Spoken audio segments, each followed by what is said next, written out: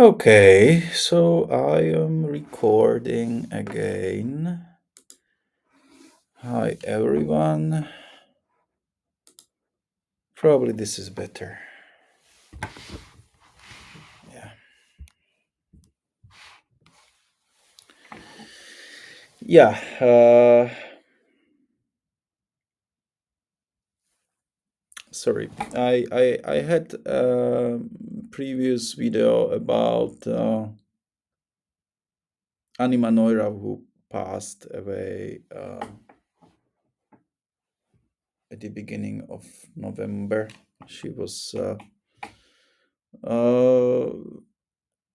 she was someone that I was doing videos with a few years ago. And if you are interested or you don't know the story, you can check my latest video on the YouTube where I discuss this a little bit uh, without putting too many details that can be considered improper to her family, because she was a very conflicted person and created a lot of drama in Luciferian society due to her ideas. Yeah. So, uh, but anyway, it's not about today to speak about her right now. I apologize, but I really feel that I just can't wait 1 hour to I just want to proceed with the videos about the things that I promised to speak to you about. So you will find this. I'm recording from an office space. That's why you see this phone here. Sorry, they have now better internet. Yeah. So I wanted to speak. This is a continuation of the video for Gnostic sessions that I did a few weeks ago. I promised to speak to you about Gnostic teachings that are prevalent until today. So it's not something that was done or thought by Valentinian or Valentinus or that was discussed by the biggest opponent of Gnostics, Irenaeus, but it's a living culture practically until today.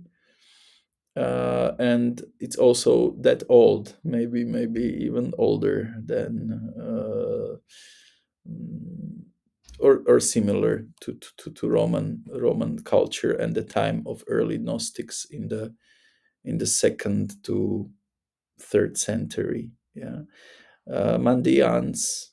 I'm going to speak about Mandaeans and Mandaean cosmology is still living group of worshipping or living Gnostics that their history, they are living or they are still like living practically in Iran, in the banks of Tigris and Euphrates, so mostly Iraq, mostly Iraq and the northern part of Iraq, and it's a Gnostic group that is with us since early Judeo-Christianism. They don't consider themselves Jewish or Christians. Yeah, so this is not something that is classical Gnostic literature or Gnostical stream of thinking coming from the time after Christ crucifixion. This is something parallel, but still is coming from the ideas of early Jews. Mandaeans are not uh, Jews. They have their own tradition.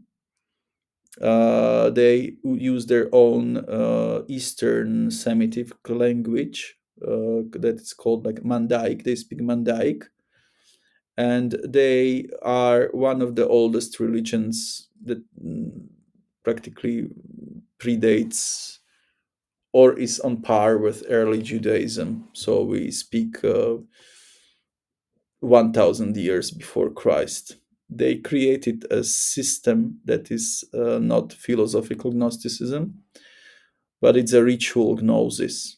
It's lived and is still living practically unchanged. Currently, I believe there are maybe 20,000 practicing Mandaeans in Iraq, and I was fortunate enough to have English translation of their spiritual book that is called Ginza Rabba, and it's translated from Arabic to English and was translated, I think, in 2024. So this is something like a holy scripture of Mandaean religion, and it's a living Gnostical tradition up to date. You might ask yourself why I want to speak about Mandaeans or a religion. Isn't this something more related to magic? Shouldn't we be speaking about magic more? Well, Mandaeanism is a religion that is closely, or where magic, the creation of the world, it's practically overlaps the rituals. It is a living magical system that is also a religion. Uh, in previous sessions or videos, especially the previous one, if you haven't seen the previous one, please consider this as a continuation of our discovery of the Gnostic teachings. Um, I spoke to you a few times about my previous teacher, or a teacher that I consider uh, uh, someone who shaped my understanding of things in magic. He's a Czech practitioner. His name is Josef Vesely, and he is mostly inactive now. He wrote several books, unfortunately only in Czech, which is a very sad, because translated to English, it would, I think, bring a lot of interesting to the current understanding, and it will probably refresh this left hand path dogma that is causing so much pain, and people are just becoming preys of fear and fanaticism and delusions. Yeah. Sorry, I still have this a lot in my mind from today about the passing of my friend. Yeah. So she was part of this left hand path nonsense. Yeah. That is trying to be a neo satanistic religion. But Mandaeans is something else. These people are practicing real magic for thousands of years. So and their teachings are similarly dark, if not darker, but at least have some structure. Yeah. So, uh, what is Mandaeanism about? What is this Mandaean? What is it? Yeah, it comes from this very strange language, and Joseph Vesely was the teacher. The first time mentioned this Mandaean religion as a living magical tradition. And unfortunately, he was not able to read Ginza Rabba in its perfect translation to English. This was done by the professors, I believe, of the Iraq and Mandaean Society, and it's professionally translated by Professor Kas Mugadagdash Al Saudi. So the translation is very good. So he hasn't had that. He had only parts of this, and mostly from German, because he was also partially German, Dr. Vesely.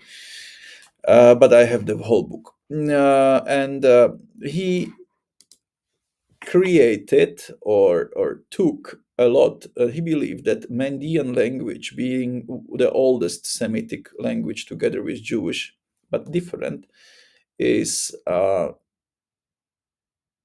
and Proto-Arabic, yeah, is a language of power.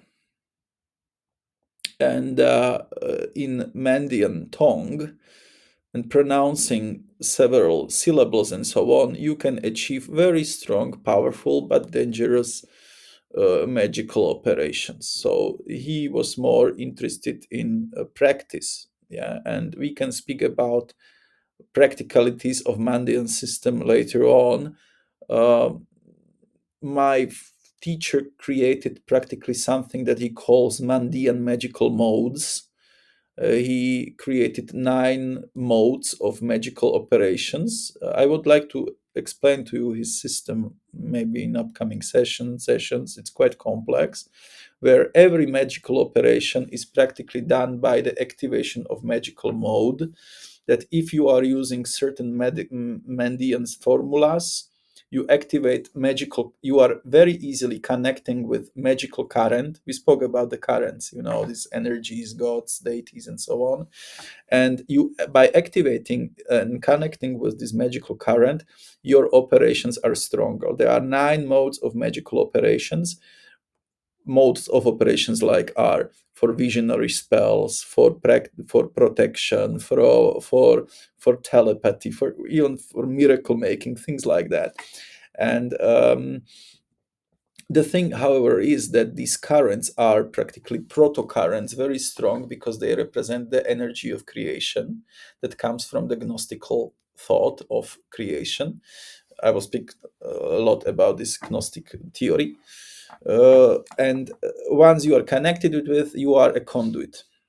The problem of the activation of this Mandaean magical mode is it can't be repelled, it can't be banished, it can't be stopped by any meaning, because it's the energy of creation.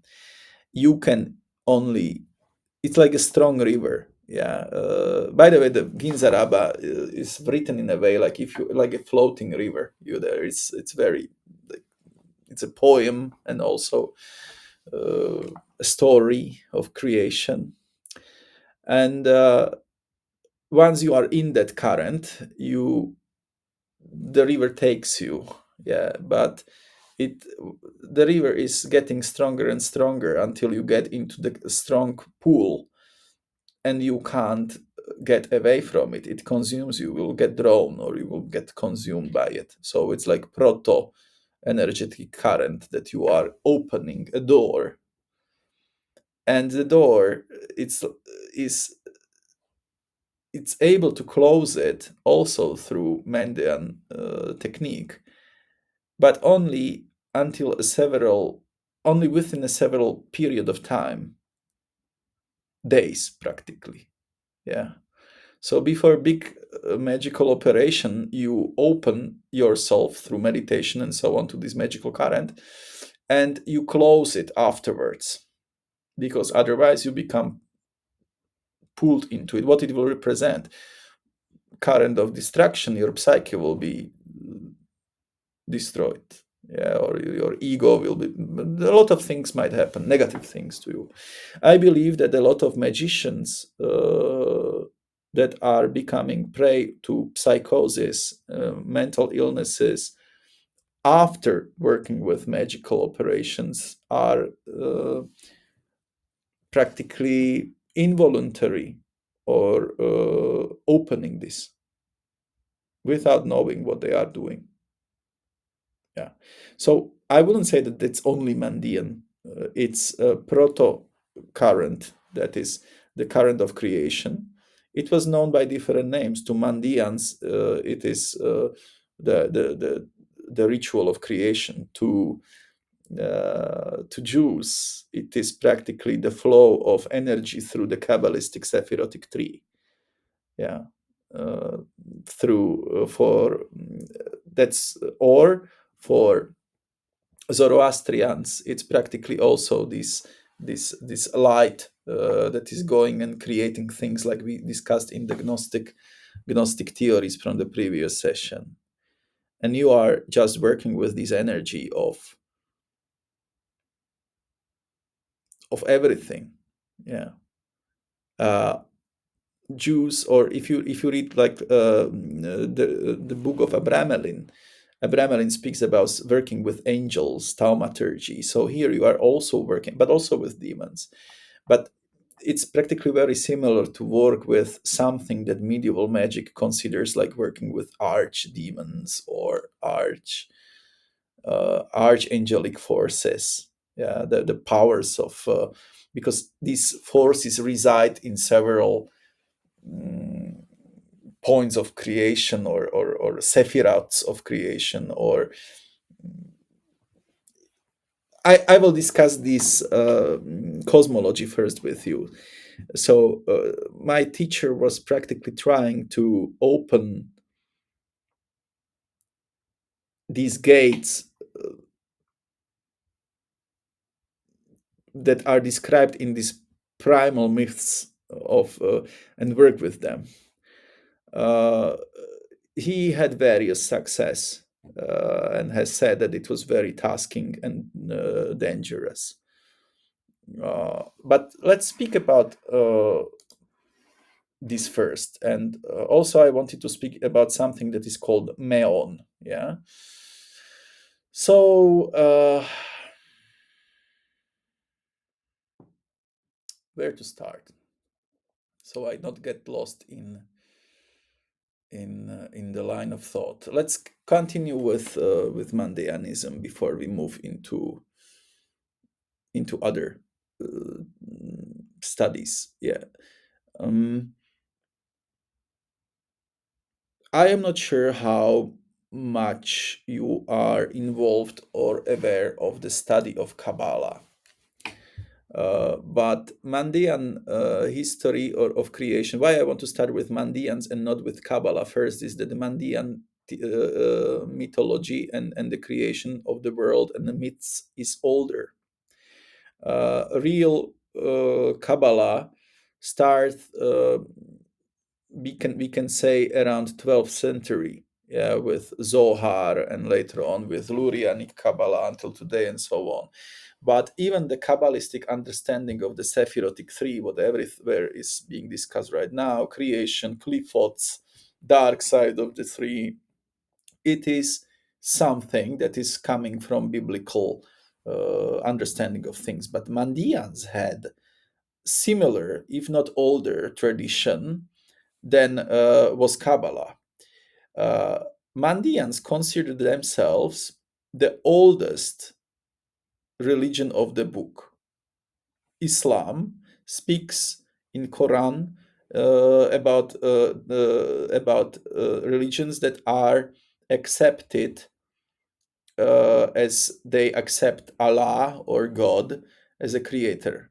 Yeah, so they accept Judaism, and they accept also uh, they accept, of course, Christianity and several denominations. But they are not speaking about Mandaeans, because the position of Mandaeans to Islam was not always that accepted. Mandaeans tried to say that they are also believing in the creator, but in their eyes the understanding is different. They believe totally gnostically.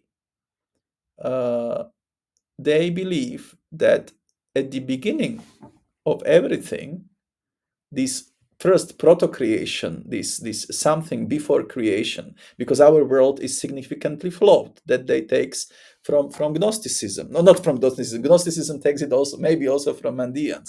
Yeah, that they say that everything that is in current world is being somehow affected by these negative powers, illusional powers, that the world is being led by false god. They called him Ruha. Yeah, and but that the initial master of the world or creation is just an agent of the true, totally, they call it like world of light. Yeah, it comes from Zoroastric myths of light and darkness, and they say that there is something that was like creating or architecting the world, similar like Gnostics thought, but the design in reality is not that good, because going and through these cascades of energy, it splits. It's not perfect anymore, because the reflection is only reflection and is not total perfection. Total perfection can resist only in something that is totally perfect, and every reflection is just something similar but not that good. Yeah, so they believe that there is a initial world of light, they call it, the real realm of purity, or the realm of luminous beings, the ultimate origin of the soul, and they call it Almadnura. They call it Almadnura, the world of light. So the something before or something pre-planned. Yeah, and this is not the world of light. That immediately puts them in conflict with Islam, Jews, or Judaism, and Catholic and Christian doctrine, because according to the religions of the book, as Quran says, the world is good. Yeah, and the God said, and this is good. Yeah, so that means that Mandaeans are maybe saying that the creation that we are living in is imperfect. It's not the best world of all worlds, that and God saw that this is good. Yeah, no, they say this is just the reflection of Almadura, the official, the realm of the light, the higher dimension, something totally different, and that is, and this dimension, that the world of light is practically the god in their side, in the way. So, and they say the god, all this world of light is practically not not approachable right now. Why? We will explain later on. Yeah, so so they say that uh, this world is not here.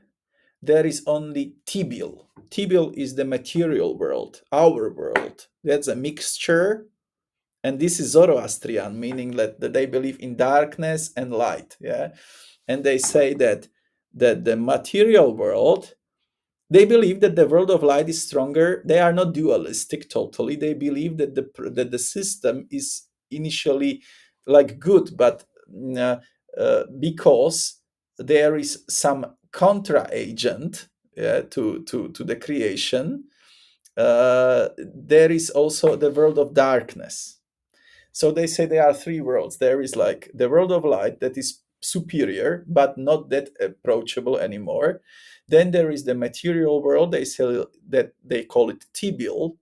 That's a mixture of good and bad influences. And then they say that there is Alma Dishuka. Alma Dishuka is the world of darkness. That's the home of demonic rulers, personifications of chaos. Yeah, and they say that the soul, they believe in human soul, but they say that the soul is an agent of higher world. So we people are uh, technically coming from the highest world, which is saying that yes, and the man is the ruler of all things, also in other nations, another religions, but we are the soul. They say is a stranger. It's a luminous particle, they call it, that has fallen into the world that does not, and we do not belong to this world. That creates pain, evil, problems, suffering. That's my fellow practitioner Anima Noira that passed away. That she was feeling I am not out of this world. Yeah, and that the life is a process, they believe, and of remembering its origin, and through correct gnosis rituals, they even practice ethical purity. They believe they can reach the higher dimension again. The closer they are to it, they are able to do practically mystical miracles. Yeah. So sounds a little bit dualistic. Yeah, this is not Christian anymore. This is practically coming. It's a mixture of uh, belief that, and I don't say it's good or bad, but this is totally different understanding of from let's say Christian magic. Yeah, it's dualistic. It's coming from Zoroastric ancient times where they believed in good and bad, Ahura Mazda, Angra Manu. Yeah, they are. But in their understanding, the position is that through initial perfect design, something split it, and the world is pulled away from perspection through some kind of shadow, to build our current world, to the total darkness. So it's like a cosmos that is expanding. Yeah. So, and to make it more complicated, yeah, so they believe that what is this gnosis that can help us to get this transcendental understanding of things to be, they say that it's not intellectual at all, that all our scriptures, all our philosophies, positivistic, negativistic uh, ideas, it's not about intellectual speculation. That even progress, in a way we understand, like modern science, practically, it's not gonna lead us to the highest understanding of the core. Yeah, to they say that we get this knowledge not through intellectual speculation, but we get it through anamnesis. That means that the soul is slowly remembering its home, and this process of anamnesis is painful. Yeah, so we remember that we are maybe living in something, and there was something else before. You all had these moments in time that you thought like, oh, this is hell. It's not hell according to them. They believe in total darkness, so they believe practically in hell. Yeah, like modern Christians don't believe in hell. Yeah, because in Christianism the concept of hell was created in 11th century. There was no hell. No, they believed only that uh, there are those that are of the god and those that are not of the god, or not do not deserve to be with God after death. But that was not punishment like hell. Mandaeans still believe in this um, power of darkness. I will explain them more. So, without going into the rituals, yeah, they have like baptism, and they are quite hostile against like materialistic things. Yeah, they similar to other gnostic systems, why we can consider them gnostic is that they believe that the material world is shaped not by the highest principle right now, but it's shaped by lower beings, not the highest God that is living in this or coming or is this Alma Nura, the world of light, because the God practically represents also the world. Yeah. So they believe that everything what we are encountering is the creation of planets. They consider planets evil. Yeah, that's similar like Gnostics. Yeah, and we are just remembering through the process of anamnesis that we are just trapped. We are light trapped in matter, they say. Everything is light, no, physically. And that's not, they say that it's not like moral evil, but it's just imperfect. Yeah. So that puts them in conflict with other nations. Islam had very various. They are quite small and living in that areas where they were not.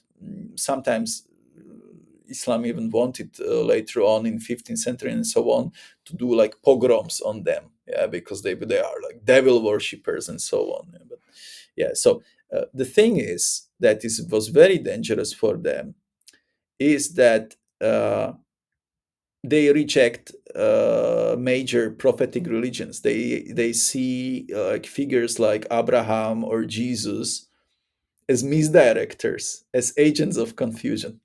Yeah, they say, and that's interesting. They what helped them to not to be totally like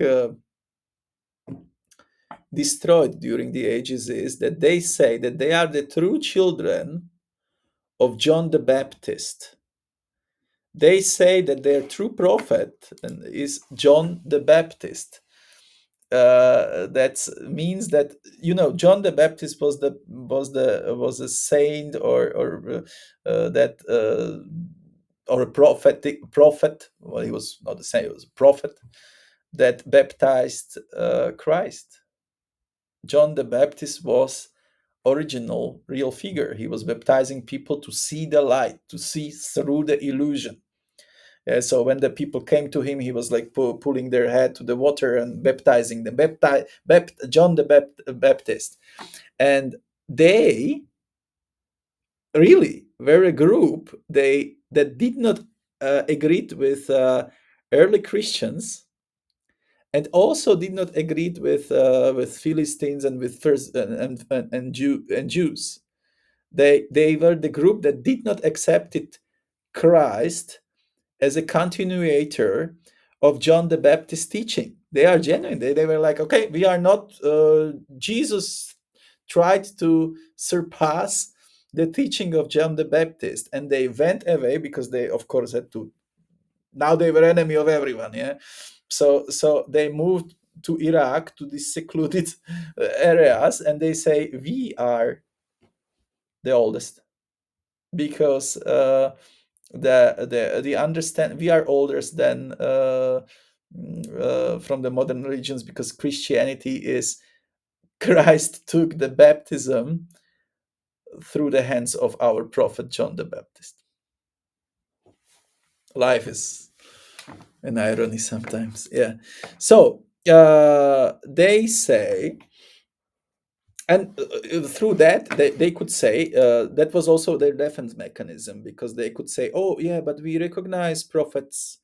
Yeah, when Muslims came, like, you devil worshippers, we are going to like kill you all, but you are don't believing in the works of God, of Allah. But we believe in prophet and he is written in the book. So somehow they were better and worse times for them. Currently they still exist, not that many, but you still in Iraq they are being like accepted. Yeah. So a lot of them emigrated, for example, to United Kingdom. Yeah, and that's why we have this beautiful translation of the holy. That's a holy book. That's like a Quran for them. So I should be very careful, out of respect to it, of course. Yeah. So if you have the book, be also, let's be gentle to these things. I have special store for Bible, for Quran, and also for this. Yeah. So storage, not storage, storage. So so they believe in salvation as well, but how to through the process of anamnesis they believe that they, because this is the interesting thing, where do I get this information all from? The book is divided into right book and left book. Yeah, so the right volume starts and speak about this creation, why it all happened, why there was a split. Yeah, what was the good world? What was? It's very similar from this. Like the good world was created, but the agent of the perfect God become thinking that he is God by himself, created these archons, like in Gnostic theory, these archdevils. They are powerful as gods, represent the planets, and the planets are practically the super age. It's all like the strong seven, that they are influencing the real world or our world, but they are the false gods. We are, however, we can't do anything, many things against it. Yeah, we can even work with these energies, but we have to remember that they are just illusions. And then there is this high god, and it's a beautiful story that is being written here. Yeah. So sorry, there is again. It's dark. Is it? This is strange. I shouldn't be doing this with the book. Yeah. Sorry. Okay. No, nothing. Okay. So you will. Uh, so that's the right volume. Yeah. Then you have the left volume, and the left volume, you see, it starts again, and it's the Book of the Dead, according to Mandaeans. It speaks about how when the soul dies, it goes through series of tests, and if it very similar to Book of the Dead, for example, in Egyptian mythology, and if it goes through these tests, who is testing the soul? These dark entities, they are testing the soul, and they represent the planetary forces, and you have to go through certain steps of this until your soul really reaches the highest kingdom and becomes part of the highest god. Yeah. If not, it is reincarnated. Big no with Islam, Jews, and Christianity. But to be honest, old Jewish like proto religion was also sometimes thinking that maybe there is reincarnation. Yeah, but later on it was very suppressed by the official doctrine of Judaism. But you have some old discussions of certain Judaistic sects that were maybe influenced by this. So this is a sect of John the Baptist. So practically we might say that John the Baptist was maybe speaking about the reincarnation, because that's a failed test of the soul. Okay, so this is you have to go through these tests ruled by these planetary or demonic beings, and the soul. And this is interesting, where my teacher started to be picked interested that it's not only myth. Yeah, you have to give certain passwords, correct passwords, to go through the gate of being dead. The soul goes, and they give you something like a riddle, or you must understand some kind of something, some kind of riddle, or something that you can't logically answer, and there is a specific password. This is also in Kabbalah. those rabbis that were like working with meditating over sephirotic centers were saying that they have met some kind of barrier, mental barrier. They said like an angel was standing before me. We don't have to take it literally, but there was some kind of block. Yeah, maybe they anthropomorphized that vision into an angel, and the angel was giving him a riddle. You will not pass more if you will be not able to answer this situation. Might be some kind of dream situation or action that you have to do in the dream. If you pass, you go further. If no, they will throw you. They can even throw you somewhere that is very devastating for you, like to the dot, to the abyss, yeah, to hell, yeah, that you are not worthy of the truth. So these tests are brutal. They are not. They are soul crushing, you can say. Yeah, and only those that are able to go through can proceed and be reincarnated according to. And it's not about morality, it's about the mental preparedness. So, and he seeks that they have to say certain password, and rabbis were also saying that they had to say some kind of, it was like word or something, yeah.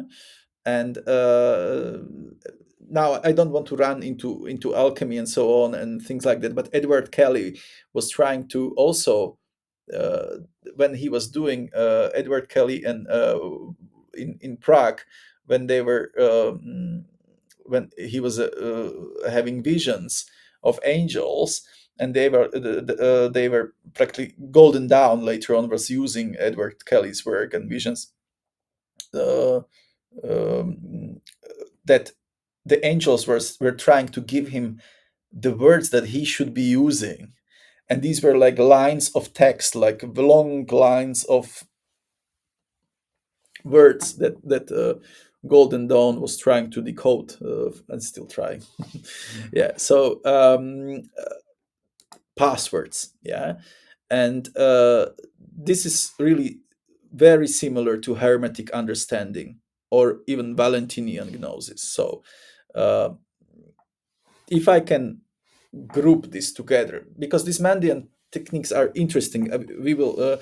They believe light is practically hidden in us. We are clay, but there is the soul is a light, and through like chanting of specific passwords, my teacher was saying, opening these Mandaean modes, modes of magical operation. He identified 9.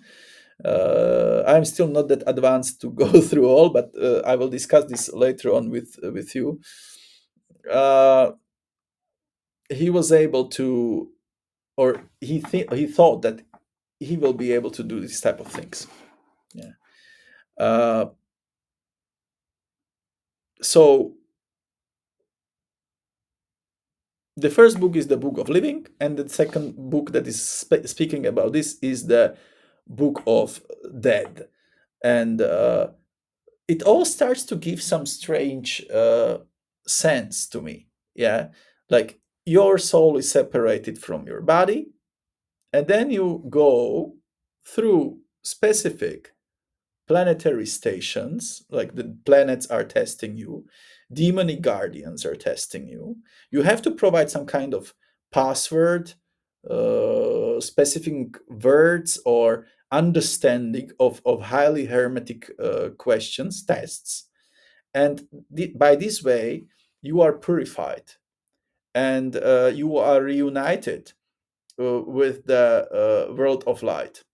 Uh, you might say, "Oh, this is like we hear it everywhere." But let's say Ereshkigal, yeah, Ereshkigal is a goddess of the moon that tries to save to have her power, yeah, and she must go through hell, and there is 9 gates that she must go through, and on every gate she has to pull out some kind of her jewelry, and at the end she is naked.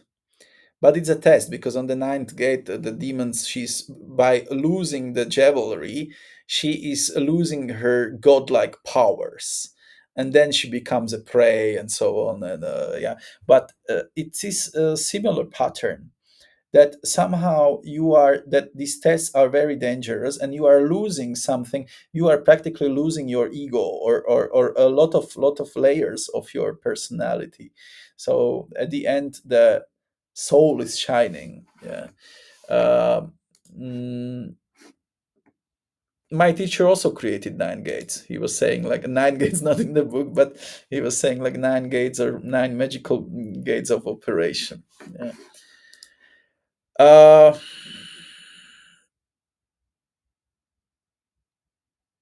so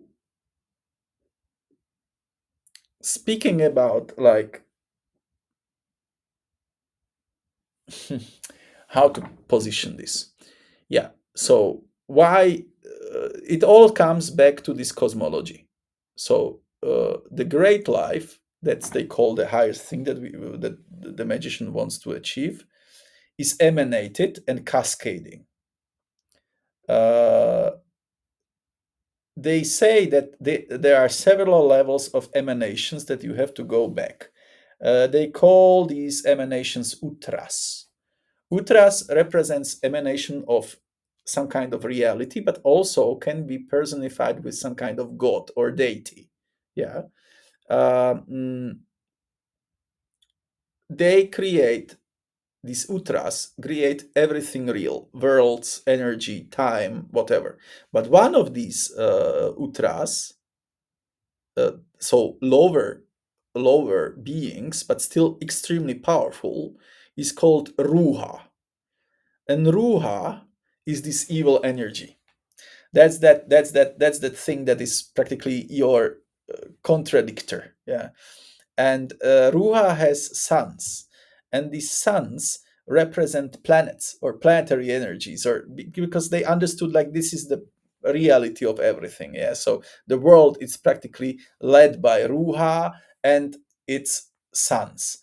And it's similar to Valentinian Gnosticism, when they believe that this demiurgos is also split it into seven aspects that represent also planets. Yeah. So here they also take something from the Bible. They say that Adam is crafted, but the mythology is here different. They don't say that Adam, the first human, is a creation of God. They say that Adam, like the clay, is created by Ruha. That by that's totally like crazy. But imagine that they are saying that we are not created, that we are not this highest being, but we are the highest darkest being. We are created by Ruha to be his playthings, yeah, or something that he wants to practically like control. Yeah. And but there we are not only that, because the Adam is saved, because the Ruha creates the humanity as a mockery to the creation of the higher world. He says, I will create also another independent being. Yeah. And you will see that they will be acting the same way as I am doing. So their failures are justifying my actions, because such is the way of creation, says Ruha to the highest being. Everyone who is independent will be acting the way as I am, because I am God. So they will be also trying to be gods in their small, minuscule ways, although they don't understand the power and so on. So why do you judge me, highest world? I am doing what everyone should be doing if they have my power. Yeah. So he creates Adam as a mockery. But the highest world is in that legend, in Ginza Rabba, is saying yes, because by creating the Adam, the first one, in the and it's not maybe it's maybe proto ghost or something, or intelligent intellect. Yeah, Adam is many times interpreted as intellect in Hebrew.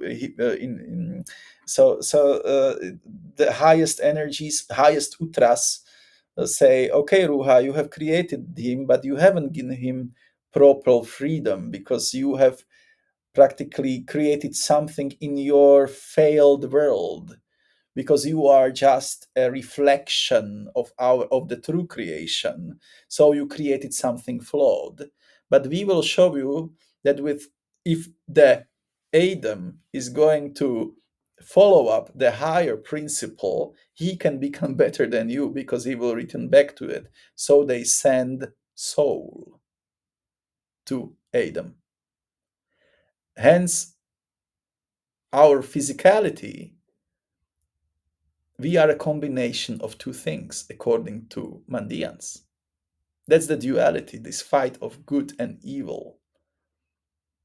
And there is this higher power, soul from the light, that is creating the human. And then this all starts. Yeah, so that's why we would say we have these tendencies to act like this or that. It's beautiful uh, legend, story, or philosophy or religion, but it might imply also from magical perspective on something else, that there is a polarity in us. Yeah, and through the tension of polarity, magical action is being done. The fight to move towards the power, the highest things, is propelling us. Like, the soul is a spark of something real, of God or godhood, that we are not only materia. Yeah, that's beautiful, I think. Yeah. Okay. So it's a beautiful ethical teaching in a way. Yeah, but I would like to focus on something else. On next session, if you are interested, I can speak about uh, these Mandaean techniques, where how my teacher thought how to put it into practice. It's very interesting. But let's continue first with these. What are these Ruha's sons? Yeah.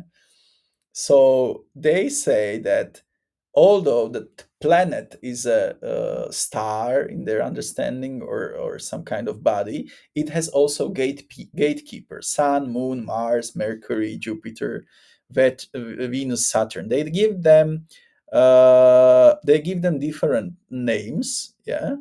But there is there is a pantheon of good and evil energies, yeah, that are somehow affecting this world around. Yeah. So you have there is the highest, yeah, the highest utra. This is the from which all emanate in this beautiful. He is called the great life, Haji Rabbi. Yeah, that's the he is the highest. Yeah. And from him there is this cascades of creation, that I am the highest, but I know that I am highest. By knowing that I am highest, there is a knowledge in me, and that's called Manda Haji. So that's a reflection of God, and that these energies can be connected with. Consider them the highest sephirotic powers in Kabbalah, let's say. Yeah. And then you have others, that some energies descend into the world of darkness, or subdue some chaotic rulers, so the world is not totally destroyed. There is this tension between good and bad powers. Yeah. So there.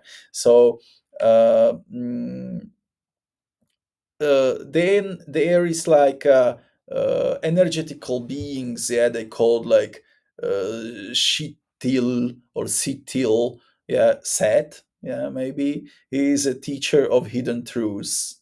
Anosh, it's Enos or Enoch, carries the secret name. So there are a lot of these things that might be very similar to to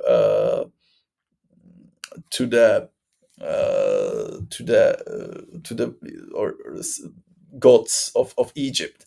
And the story speaks beautiful things like that there is even a battle between them, that there was one battle, that the secret that there was already like the fight for dominance, because they wanted to settle this uthras, this super energies practically wanted to settle who is the leader. And that's nice myth against in Christianity. Yeah, that this Ruha is fighting against this Hajirabi, but Hajirabi comes in like and that's it's a devastating power that fight that practically destroys cosmically planets and so on, and they lose. The Ruha loses this fight, so he already lost. Yeah? But still he's like living, but he lost. That's why the higher power are stronger, because they defeated him, and now that they want to practically totally annihilate his reality by proving him that the life and everything searches the best, and not only pure materialism. And by this fight, these energies are imprisoned into the planets. Yeah, so it's beautiful cosmology. It's really fascinating. But so it's not like that someone would say, okay, well, maybe we can join with dark powers and we will, like, no, it's already like predestined there. That and not, I think, only from moralistic point of view, because they are just stating. Sorry, this slide is here. Like they are stating already that it already happened. Yeah, that the so read the book, think about it. It's called Ginza Rabba. Yeah.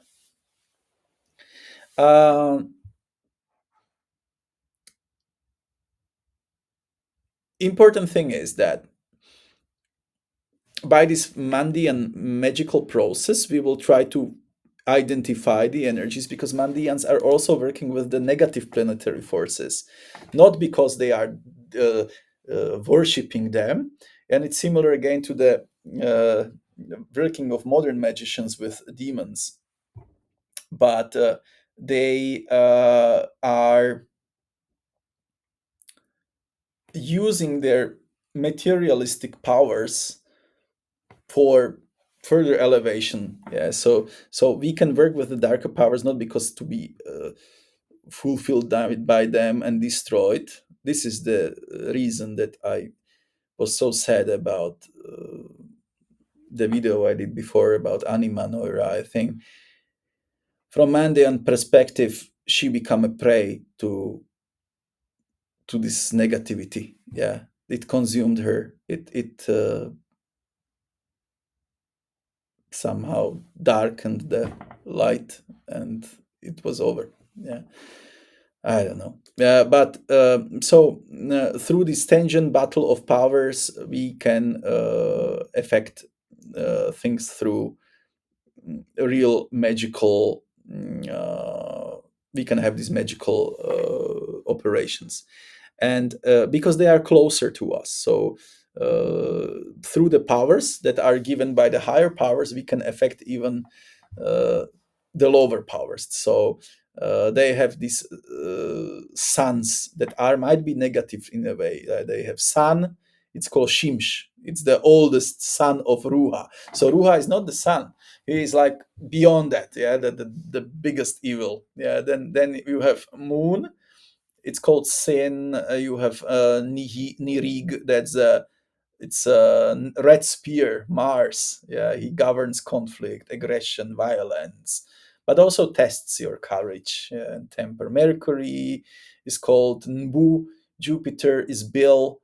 Venus is Dilbat, governs sensuality, desire, attraction. Saturn is Kevan, It governs morality, enforces the boundary between matter and the light world. Light world, that's what my teacher considers this higher energy. Yeah. So um, uh,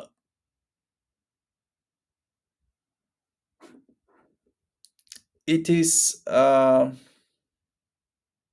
interesting magical system that I want to speak about because uh, I haven't spoke to you about Meons, and that's just in brief. Uh, so far, we have been speaking only about um,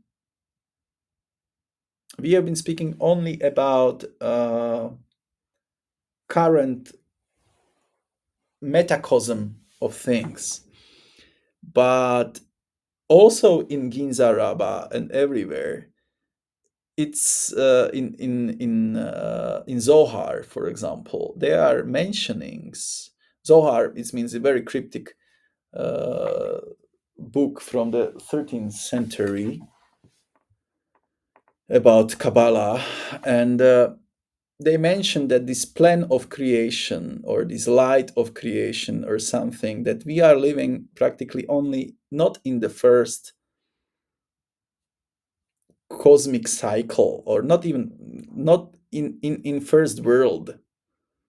Yeah, that all of these stories about creation, descent, and fight of the forces are repeating itself through billions and billions of years. It's this Atma, like in Hindu, that the creation breathes. One breath takes billions of years and in and out, and the world is constructed and then it's again released. And there is this very fearful thought that there were realities before our realities. Like that before this, in Hebrew, before the Sephirot, the tree of life, that it was not the first tree of life. Tree of life represents the order of creation, and it casts shadows. Clifford, his dark side, yes. But this is a model that works in our reality, our cosm, our not even reality, that applies for everything. But this world of creation is not the first, because in I think I will have to. I do not have Torah, or I'm not that good in Hebrew at all. But there are mentionings that the God practically created, and we should speak more also about Kabbalah. So it's a lot of things that I want to touch here with you. It's very metaphysical sessions, but you have asked me about the origin of magic and things unknown, and we don't know. We just try. We have so many theories, and they come from religions, very deep, oldest religions, and they say that there were more threes, and that the god was not happy. God or Hajirabi, or this initial creation, or whatever it is, beyond, it's beyond our world. Yeah, even so, and they were not, he was not happy with the design, and it's scrapped the whole design and created a new, which is a and it's in Bible, or in Torah, it mentioned it was done two times already. So this is the third creation, the third Sephirotic three. And where are these two? They are don't exist anymore, it's said. But they say that even like with the annihilation of the previous reality, because it comes with the story that there was a old age, then first there was a gold age, then there was silver age, and then it's a age of iron, which is our iron. it comes all it's mentioned also in the Hellenistic mythologies, that this world was, this everything is made for the third time. Yeah. And where are the older worlds? It's not Clifford. That's just the shadow of current tree. It's not even Lucifer, that is this big anti-agent of society, or this Promethean. It's not Ruha, that is thinking that I am God of this world. There were two such things before. According to, in Ptolemaic, Ptolemaeus was saying, like, and there were these imposters, yeah, that were against the. We can speak. It's the time not even of Saturn, it's time of utter chaos of Uranus. Yeah, that the reality was scrapped and recreated until it gives good image. So uh, the world is maybe not perfect, but it's the best of the possible models. That's where my teacher started to be a little bit crazy, because when he said, like, okay, so if the creation is not that good anymore, even now, what is this creation that created us if it destroys and creates? And yeah, that's yeah. And but in these old books is or these old mentionings of Ptolemaeus is mentioned that although it was destroyed, there is something like, because it's written there that they were cast away from everything. Cast away doesn't mean that they don't exist. So we may say that there might be something, alternative reality or something, without even access to our world, because it would be abomination to connect with something antithesis of creation from our life. It shouldn't be existing in our world, but it might be cast away. And they call these things meons. Meon means cast away. Yeah. So it's even like I am getting goosebumps. Yeah, because there might be unrealities that are older than our creation, where all idea of Lucifer and Satan is that, oh, you are just here for the third time. There were those that tried before you. So that's about meons. And there are people, I knew one, I knew only one, that was trying to somehow connect with this, and he stopped. Yeah, and that was very uh, those people die very quickly. Yeah, like get crazy, or something like that. So it's a horror story. And I can we can speak about also about these modules later on. Yeah, but first let's focus maybe on the things that work right now. Yeah, so technically, if we say that our cosmos is old, I don't know, let me it's 14 billion years according to modern physics. And before that was like this big bang, like 14 billions years ago, if you look back to the light and the first like spheres of stars. And they say that there was something before that. So these meons, we are speaking about something, and that's even like that before, we don't know how many billions years. It's mind crushing. Like this is this uh, Lovecraftian